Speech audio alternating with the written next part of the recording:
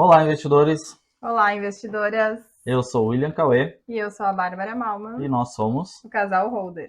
Hoje a gente vai mostrar para vocês sobre os indicadores fundamentalistas para a análise de ações.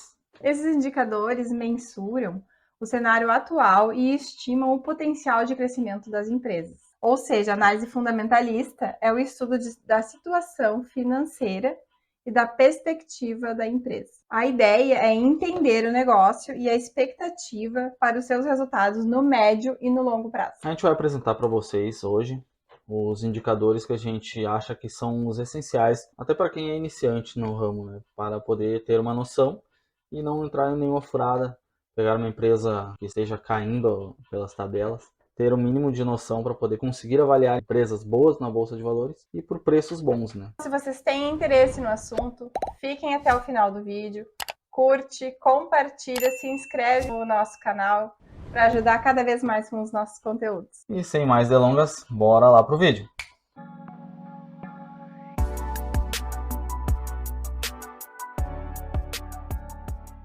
Hoje a gente vai falar sobre os principais indicadores, ao nosso ver, que são fundamentais para uma análise, nem que seja superficial ali, uma primeira análise, para poder entrar no mundo dos investimentos. Óbvio, a gente sempre deixa bem claro aqui, existem alguns indicadores principais, mas é sempre bom frisar que o ideal é que analise o máximo de indicadores possíveis, para ter uma análise mais completa da ação. Mas a gente vai falar aqui os principais, os que mais são utilizados no mercado, aí que a gente vê bastante ser comentado, é o norte para quem está iniciando, para ter uma base do que tem que se avaliar ao ser acionista de uma empresa. O primeiro indicador, então, que a gente vai falar é o PL. O que seria o PL? Seria o preço sobre o lucro líquido da empresa.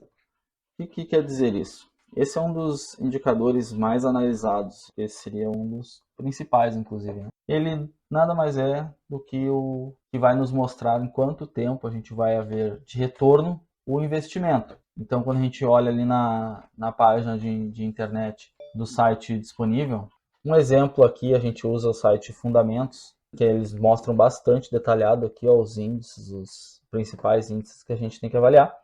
E o primeiro que aparece aqui, inclusive, ó, dos indicadores fundamentais, é o PL, que no caso aqui do Banco do Brasil, a gente usou como exemplo o Banco do Brasil, ele está em 3,98. O que quer dizer isso? Que em aproximadamente 4 anos vai retornar esse valor investido nas cotações atuais, lógico. É sempre baseado nas cotações atuais e no lucro líquido do ano corrente, né, que já foi divulgado pela empresa. Então a gente tem dois meios de avaliar, o valor atual e o valor que foi pago ali no corrente ano, de lucro líquido, é o lucro líquido da empresa no corrente ano. Então ali, caso mantiver sempre assim, Banco do Brasil no exemplo aqui que a gente está usando, em 4 anos a gente vai reaver o valor que a gente investiu, seja em JCP, que seria o juros sobre capital próprio, seja por dividendos, bonificações, a gente tem de volta esse valor investido. Lembrando sempre, pessoal, que aqui no exemplo a gente está usando o Banco do Brasil, que é uma empresa super conhecida, mega consolidada. Se fosse uma empresa menor, que no mercado é chamada de small cap, né, uma empresa pequena, ali em fase de crescimento, como a visão dela não é só de bonificar o acionista, porque ela está nessa fase de crescimento, ela então pode ser um PL bem maior ali, né? A gente pode até ver um exemplo aqui de uma outra empresa que é small cap que tem um PL muito maior. Como exemplo aqui do Banco Inter. Banco Inter, olha só o PL dele, é 225,51, ou seja, seria mais ou menos 225 anos para reaver o valor ali investido, imagina. Porém, isso é sempre calculado nas cotações atuais. Isso pode mudar. O Banco Inter é um banco pequeno que está em fase de crescimento. É uma small cap que visa não retornar em proventos para o acionista ainda. Futuramente, talvez seja essa a ideia deles, Não, mas e no momento o não. legal de comentar sobre o PL é que esse tempo que ele está ali, essa análise que está sendo feita, ela é totalmente sobre todos os valores que a empresa tem hoje. Então, não está lançando ali as perspectivas de crescimento da empresa. Por exemplo, ele está calculando dentro do lucro líquido da empresa que ela já teve nos últimos 12 meses, que foi o fechamento dela, e do que ela tem projetado para esse ano. Não está fazendo as projeções dos próximos anos, né, do médio e do longo prazo. Então, esses 225 anos para ter um retorno de uma empresa que está em amplo crescimento, daqui a 2, 3 anos vai estar bem diferente, provavelmente não vai mais estar em 225, vai estar, sei lá, em 100, sei lá, em 50, a gente não tem como saber, né?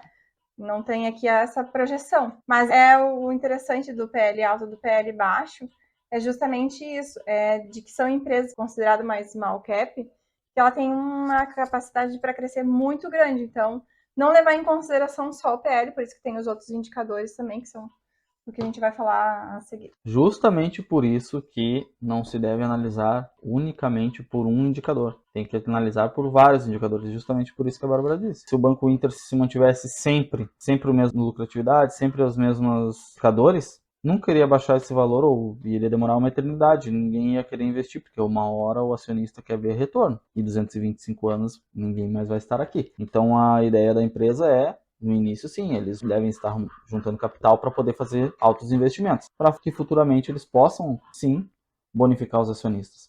No primeiro momento seria só para crescimento. Então, não adianta analisar só um indicador isoladamente, tem que analisar diversos indicadores.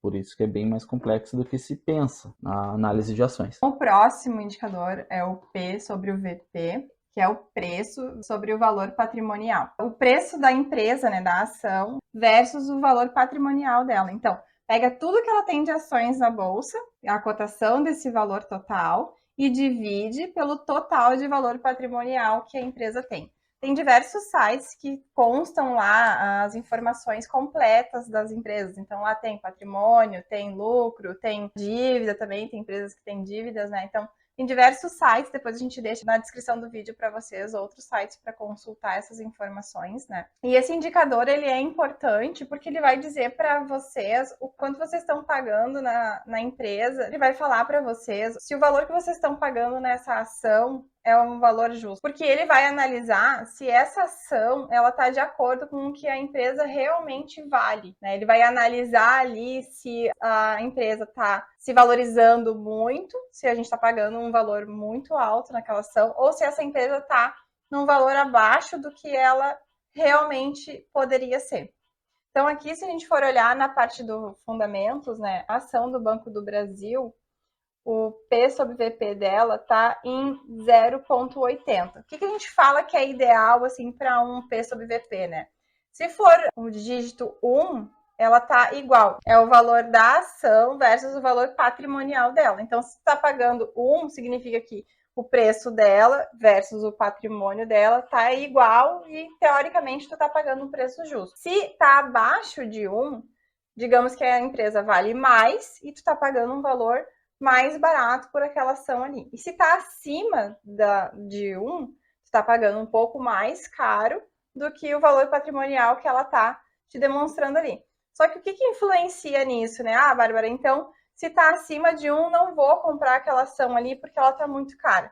Não, tu tem que analisar. Às vezes 1,25 até 1,50, ainda assim é válido comprar aquela ação, porque pode ser uma empresa que ela está em amplo crescimento, que nem a gente estava falando ali, ou ela tem outras coisas que são valiosas nela e que a médio e longo prazo vão se pagar. Então, todos os conceitos que a gente vai analisando aqui, né? Por exemplo, o Banco do Brasil está 0,80, então está abaixo do valor que poderia estar sendo posto dentro da bolsa, né? Bom, então é importante analisar outros conceitos da empresa, além, né, dos indicadores que estão em tela. Os próximos indicadores seriam basicamente juntos e separados ao mesmo tempo, que é o Dividend Yield e Dividend Yield on Cost. O que seria o Dividend Yield? Primeiro, vamos ver por partes. O Dividend Yield nada mais é do que o dividendo, que seria o provento, ou o JCP, que é o Juros sobre Capital Próprio, distribuído por uma empresa dentro de um ano, em 12 meses. Fazem o cálculo aí do valor que é distribuído e pelo valor da cotação da empresa, sabe-se ali uma porcentagem, qual é a porcentagem que foi paga sobre aquele valor que está em tela, que o mercado está negociando. E esse é o Dividend Yield. Agora, o Dividend Yield on Cost. O que seria? Dividend Yield on Cost é o dividendo pago referente àquela mesma ação, porém baseando-se agora não pelo preço de tela, que é o que a gente negocia no mercado, e sim pelo seu preço médio. Por exemplo, eu tenho uma média de R$ 36 no Banco do Brasil. Meu preço médio, quando eu comprei, o Banco do Brasil era R$ 36. Hoje, no momento que a gente está gravando o vídeo, o Banco do Brasil está cotado a R$ 42,82. Consequentemente, o dividendo, na hora que pagarem os dividendos e juros sobre capital próprio da empresa, do Banco do Brasil, eu vou acabar recebendo uma porcentagem maior do que quem comprar hoje pelo preço que está em tela, que seria dos 42.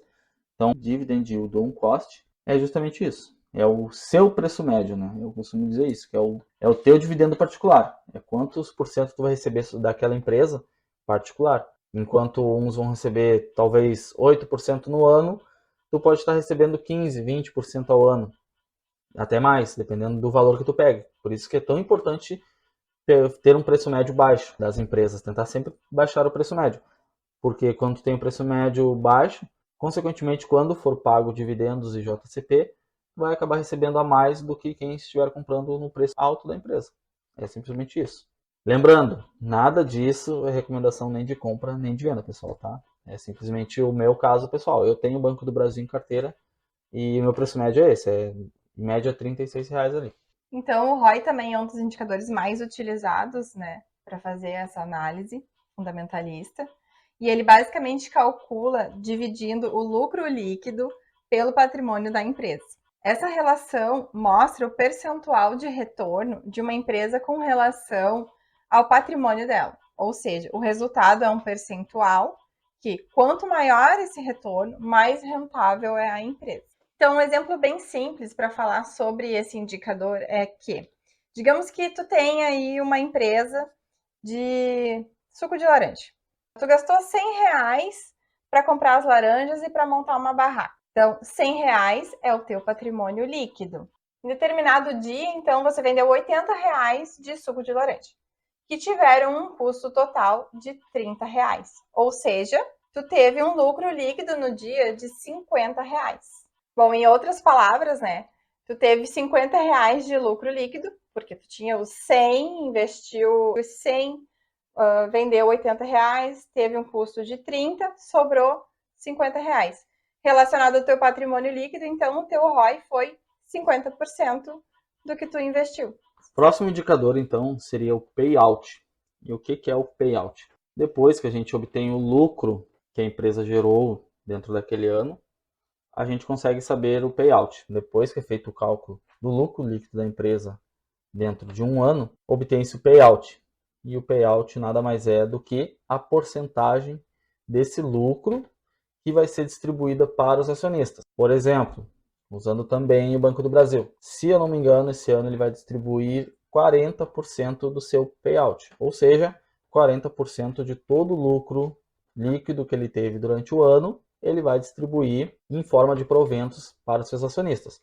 Existem empresas que distribuem 25%, empresas que distribuem 95%, então varia de empresa para empresa. Isso é bem importante da gente saber, porque muitas vezes tem-se uma provisão de quanto que a empresa vai lucrar naquele ano. E tendo-se essa provisão e sabendo que a empresa vai pagar tantos por cento de payout, a gente consegue até já saber quanto de dividendo que vai ser pago. Todo indicador ele tem uma correlação com algum outro indicador. Nenhum indicador ele consegue ser analisado sozinho. Sempre tem que avaliar ele com outros juntamente. O próximo indicador, então, é o EV/EBIT. Ele é uma sigla em inglês, né? Mas, na verdade, não vou falar para vocês a sigla porque eu não sei falar inglês. A gente vai botar na legenda aí, tá? É o lucro antes dos juros, impostos, depreciação e amortização.